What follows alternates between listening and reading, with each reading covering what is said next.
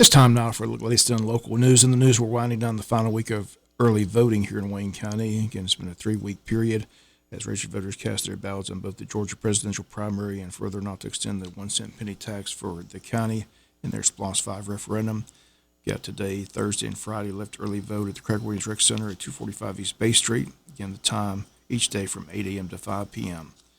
On Tuesday, March 12th is Election Day. Again, on Tuesday of this past week, 156 more people voted, 27 Democrats, 129 Republicans, bringing the grand total as of yesterday to 1,196 voters who have already voted.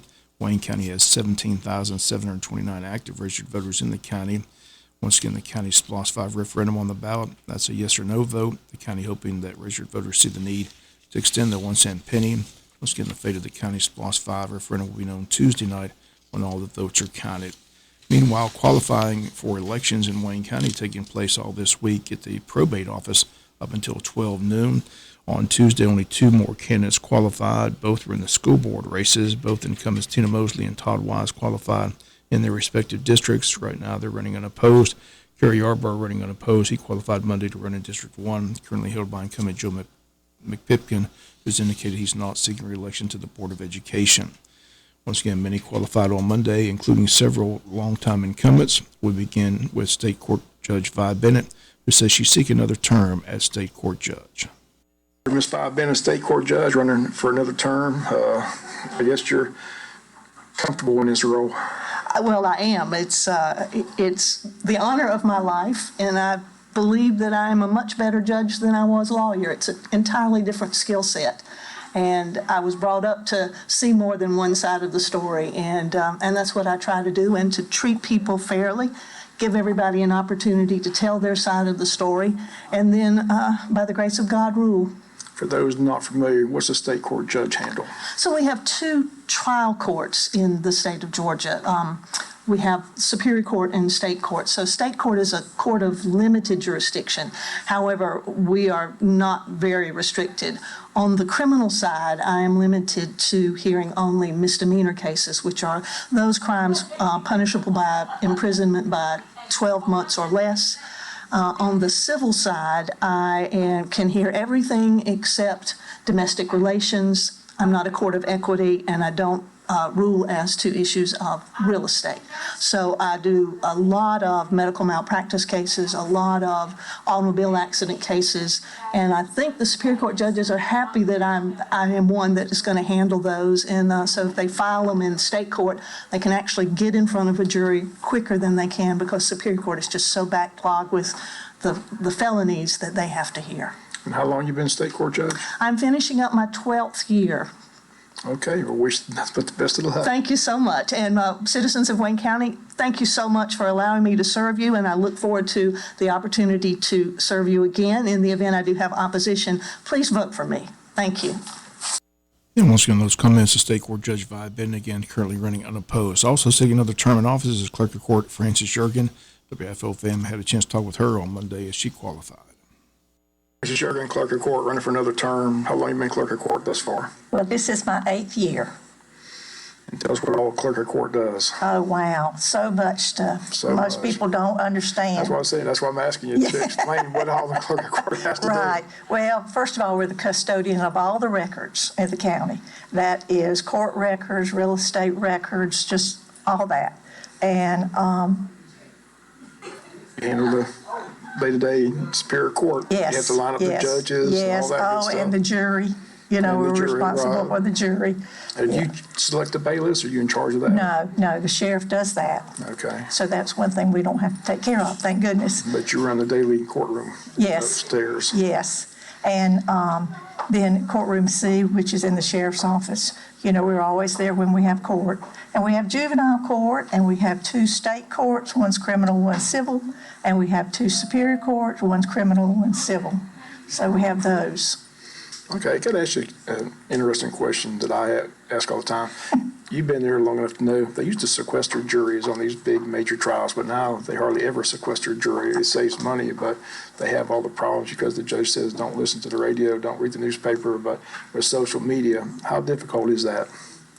Well, not really difficult. I think, once the judge orders that they They follow the They follow the instructions? instructions, yeah, so haven't heard anything that, to the contrary. So hopefully they'll continue doing that because we certainly don't want to sequester anybody. All right, and clerk of court's office has, how many people work for the clerk of court? Right now, we have 10. 10 people working for the clerk, so it's a pretty big office. It is a big office, it is, and it's 10 ladies. So, to try and find 10 ladies that all get along, sometimes is a little bit difficult, but it's really good. Okay, wish you the best of luck. Well, thank you, Bob, I appreciate it. And once again, those comments, the clerk of court Francis Jurgen again seeking another term, currently running unopposed. Tomorrow we'll hear from Magistrate Judge Gary Browning. He qualified. He's running unopposed at the time. Also hear from longtime coroner Jay Fulton. He's been Wayne County coroner for 28 years. Again, he has opposition. Currently is Reed Shefka, also qualified to run for coroner on Monday. For county commissioner, incumbent Jamie Hickox is not seeking re-election in District 5, but two candidates have qualified to run. Both qualified on Monday, Randy Franks and Princess Dial. Mike Gordon's qualified to run in District 1. He's the incumbent, currently unopposed. The same in District 3. Incumbent Tim Hopkins is qualified to run for another term. He's currently running unopposed.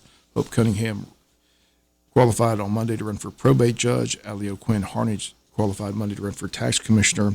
Again, longtime probate judge Tammy Thornton and longtime tax commissioner Denise Griffiths announcing they're not seeking re-election. Andy Beaver running for solicitor, all currently unopposed. Again, the sheriff's race, only incumbent Chuck Mosley is qualified up to this point, but Donnie Ray and Toby Cameron have already announced that they're seeking the office of sheriff of Wayne County. Candidates have until this Friday at 12 noon to qualify. Again, Donnie Ray set to join us in studio on the Butch and Bob Show on Friday, and the incumbent sheriff, Chuck Mosley, set to join us on Monday in studio. Again, we'll continue to follow the qualifying all this week and have updates here on the local news. We'll be back with more news after this word from our sponsor, the commercial messages, so please stay tuned. Hey everybody, this is Spanky. And this is Juan. In other news, City of Jessup Council meeting last night was canceled due to lack of agenda items. The city's also announced that they've changed their mind. They're going to hold their retreat now in Wayne County at the Wayne County Airport and not head to Savannah. We're still waiting for the agenda for that retreat, which is scheduled to get underway this weekend on Sunday, run through Monday and Tuesday at the airport. And as soon as we get the agenda, we'll pass that information along. But again, they've decided to not head to Savannah for the retreat. They're going to hold the retreat here in Wayne County. Continue to check in with our state representatives. We'll talk with Buddy Deloach today on the Butch and Bob Show. And one item of interest yesterday in Atlanta, on Tuesday, the Georgia House passed legislation that will let the newly created panel tasked with overseeing the state's prosecutors begin its work. Senate Bill 332 passed 97-73 in a mostly party line vote and now heads to the governor's office for signature. We'll ask Buddy Deloach about that. Other topics today on the world famous Butch and Bob Show. We'll be back with some final news notes after this word from our sponsor, the commercial messages, so please stay tuned. Final notes in the news: daylight savings time kicks in this Sunday at 2 a.m. March the 10th. It means losing an hour of sleep and moving the clocks forward 1 hour before going to bed. So keep that in mind. Again, they also say it's a good time to change the batteries in your smoke alarms at this time. Daylight savings time begins this Sunday at 2 a.m. Boys and Girls Club inviting everyone to this Friday night's adult prom. It's scheduled for 7 to 11 p.m. at the Breen McCann House, located at 312 East Cherry Street. The contestants for Queen are Crystal Flowers, Chastity Geiger, Misty Moore, Michaela McKinnon, Mickey Thomaston, Miranda Smiley, and Tara Whitaker. The King contestants are Dylan Brinkley, Colt Rockington, DJ Jones, Randy Mobley, Glenn Pond, Anthony Robinson, and Devontae Wilson. And it's all set to begin this coming Friday night from 7 to 11 at the Breen McCann House, located at 312 East Cherry Street. And they state there'll be entertainment and photographers. Again, everyone is invited to attend. That's going to do it for latest in local news. Sports comes your way in a few minutes. Bob Morgan's have a great day.